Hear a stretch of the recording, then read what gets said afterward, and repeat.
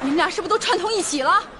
妈，你这是何苦呢？事情已经这样了，你就让他走吧。他上海不是有朋友吗？什么朋友啊？那上海那小白脸的话能信吗？一夜之间就把人给我策反了，一肚子坏心眼儿。思苏，你大老远的啊，跑那儿去，人生地不熟的，上当受骗了怎么办？啊，谁管你呀？你不要这个家了，你不要你妈了，你哥你也不要了。子苏的朋友也不是坏人呐。你懂个屁呀！谁是坏人呢？你爸爸是不是坏人啊？一脸正人君子，不一样在外面搞人。这是咱们家的前车之鉴，你把你妹妹往火坑里推啊！妈，我就是给人拐卖了，我这回也要走。你赶紧走，赶紧走。你放我哪儿走？你放哪儿走？你走！哎妈，你干什么你？你今儿敢走？啊！我把什么都拿来了，你看看。妈，我求求你了，不要逼我了，好不好？你就让我走吧。是我逼你，你这是逼我。今儿你要走，我就把刀架脖子上，我死在这儿。干嘛你？慢！你跟我通个话，啊！你今儿是走，还是让你妈死在这儿？你说呀？你到底走，还是让你妈死？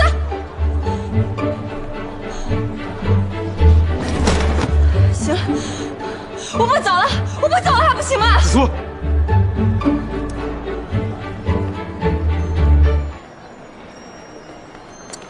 干嘛呀你？你是怎么当哥哥的？我干嘛？怎么了？对，你们怎么了？对不起，我妈妈第一次坐飞机，她不知道这刀还得托运，你看这都没开刃。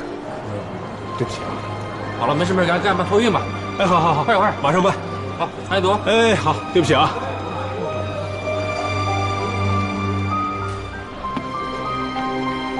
你这哥哥怎么当的啊？你等回家了。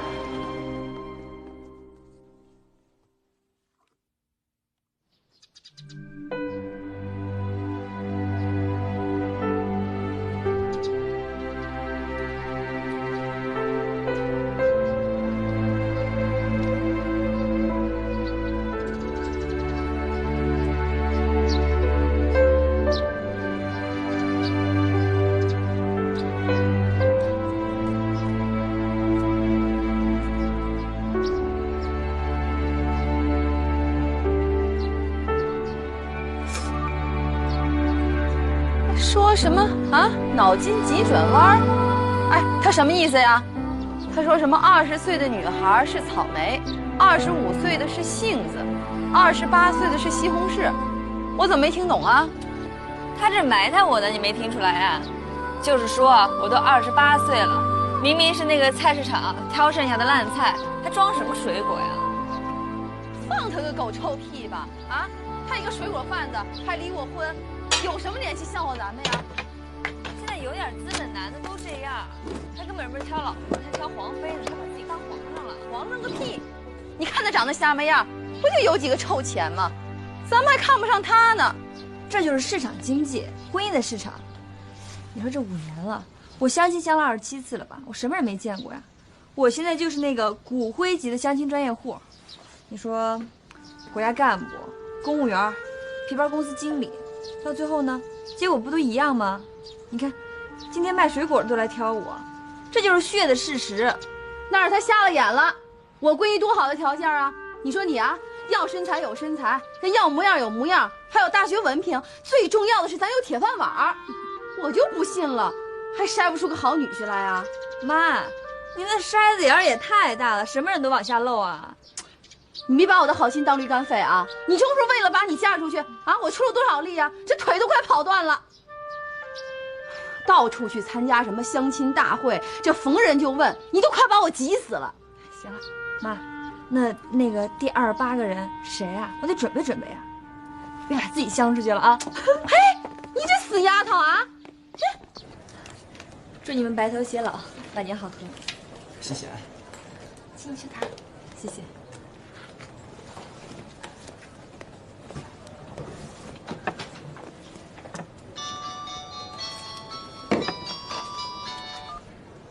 喂，爱佳，什么？啊，你要回国结婚啊？哇，太好了！先向你咨询一下登记程序啊，咱不博士毕业了，要跟我回国结婚，机票我们都买好了。子苏，你怎么了？没怎么，我嫉妒你啊。还有你那小老公爱谁谁，他把我的好朋友都抢走了，我生气着呢。你可真是个结婚狂，干脆我给你捎个男人回来吧。说你想要什么样的型男？阳光的还是闷骚的？去你的！别乱说。哎，你什么时候回来呀？我去接你啊。行，拜拜。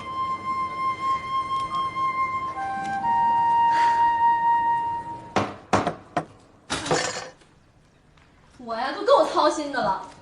以后这下夫骗子呀，我不管了，我还是管你吧。哎，妈，我现在可是不着急啊。怎么不着急呀？你都30好几的人了，连个媳妇儿都没少见。你看人卫东的妈，人家连孙子都抱上了。那也不能怪我呀。怎么不怪你啊？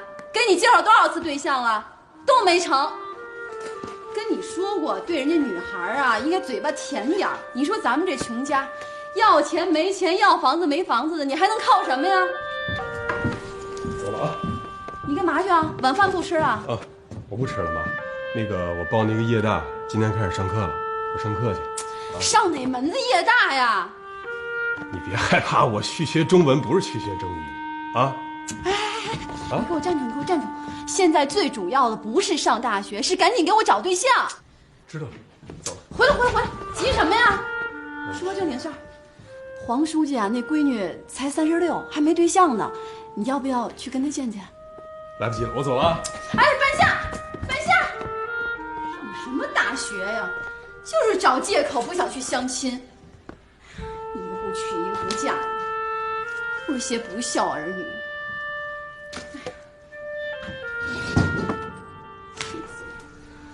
不是些不省心的东西。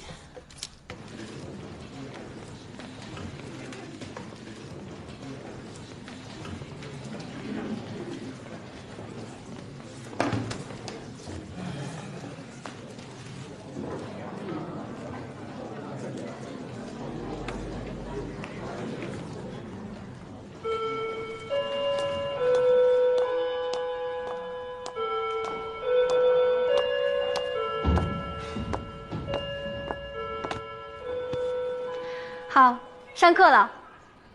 嘿，美女，那是老师的地方，下来，跟我坐吧。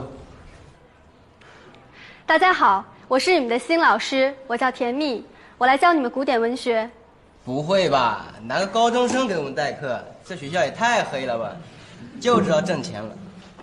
嘿，美女，学校给你多少钱？如果你好奇的话，你可以去问学校。我教的不是会计，是古典文学。请你不要再耽误大家的学费，我要开始上课了。你这样的老师我还真没见过。像你这样的学生，我倒是见多了。好啊，那我就让你再见见。抱歉，我不能陪你玩。狗咬我一口，我不可能咬狗一口。好，请大家安静一下，我们开始上课了。今天我们学习4大名著中《西游记》的古诗，请大家看大屏幕。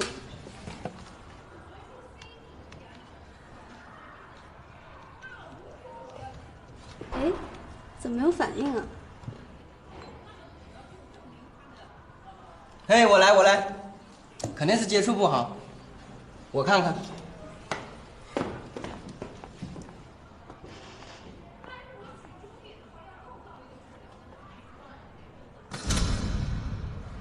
哎，怎么停电了？赶紧找电工吧。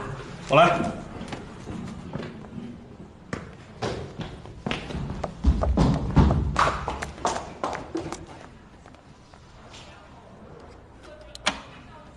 哦，好了，短路。太谢谢你了，我弄得全楼都没法上课，校领导还在后面听着呢，你真是给我解围了。没事儿，我是电工。啊，走吧。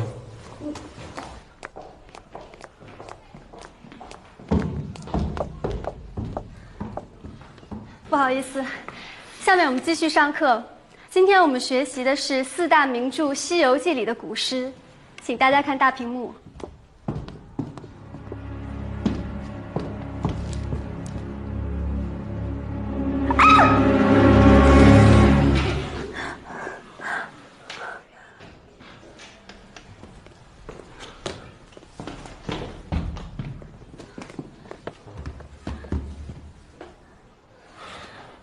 啊，没事了，这不能怪你，你上课吧。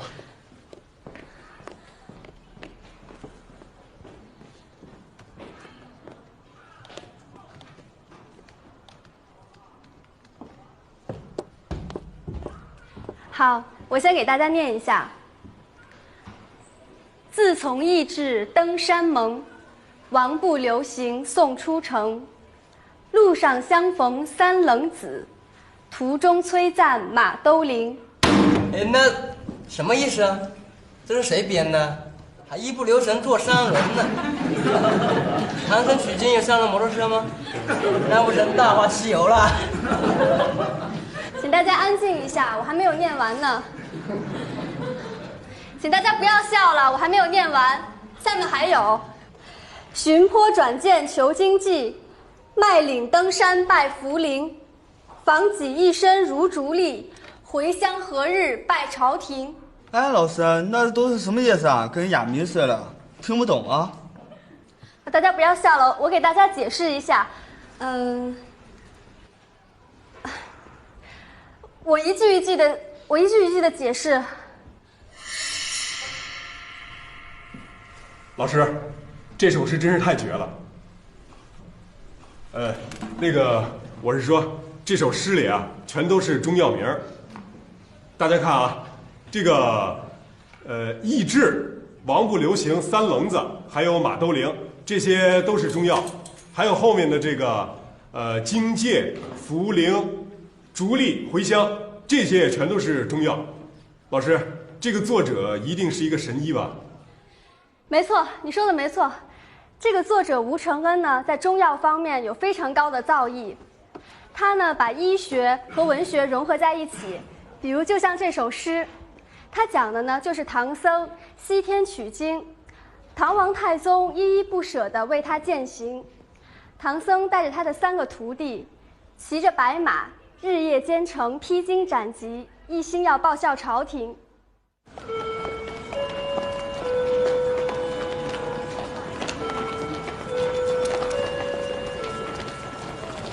同学，电工同学，老师，不用叫我老师，叫我甜蜜就行了。今天真是谢谢你啊！其实今天是我第一次讲课，还挺紧张的，而且我还在试用期，学校领导还坐在后面考察我呢。多亏你帮我解围了，谢谢。哈，没有。哥们儿，你不地道啊，连老师你都泡。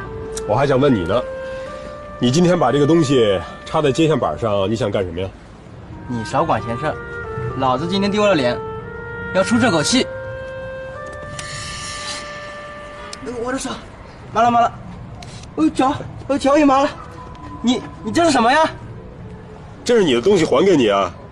哎，你要是想学这招的话，把你那个一串别针都给我拿来，我一根一根的给你扎上啊，免费。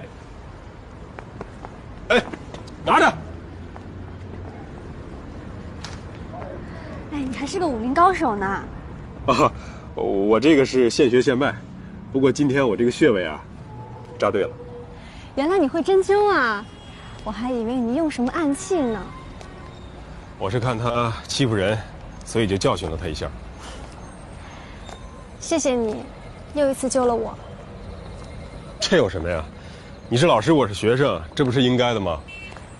在课堂上你是学生，但是在课下，你是我的偶像。偶像？是。我逗你玩呢。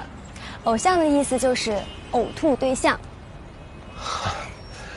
你这嘴可真够厉害的，不愧是当老师的。那当然了，我是学吃饭的，就是要靠嘴吃饭啊。等我再老10岁啊，我就要上百家讲坛。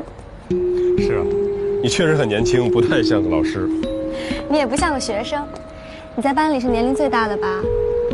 你是个电工，为什么要学中文呢？我现在在读古文的医书，有很多文言文呢，我不太理解，有的繁体字我也不认识。我想学学古代汉语，以后再读这些古代的医书，能理解深一点。这个理由太高尚了，你不是来混文凭的。我就是学古文的，以后后你有什么不懂的，就来问我吧。真的？那太好了。你可真有意思啊！你看，你又是个电工，又学古汉语，还懂针灸，你还装深沉，你就像个谜一样。其实啊，我就是对中医感兴趣。咱们中国的文化都浓缩在了中医里面。你不知道，很多中医的传奇比现在的电视剧都精彩。是吗？那你讲几个段子给我听听。比如医圣孙思邈，他在寻医的途中呢，遇到了路人抬着一口棺材，他发现这个棺材啊一路在滴着血，有一个老太太呢，哭着对他说，他的女儿刚刚难产死了。孙思邈一听这个，马上就把棺材盖打开了，拿出了银针，找准了穴位，一针就扎下去了。那然后呢？然后那个死了的产妇就复活了呗，而且产下了一名健康的男婴。真的？太神奇了。还有神的呢，那孩子生下来以后啊，就发现他的手背上有一个针眼儿，你知道这是什么意思吗？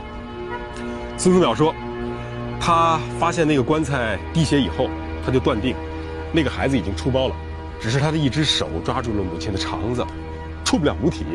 所以孙思邈呢就找准了穴位，等于是对着那个孩子的手背扎了一针，孩子一松手，母子就得救了。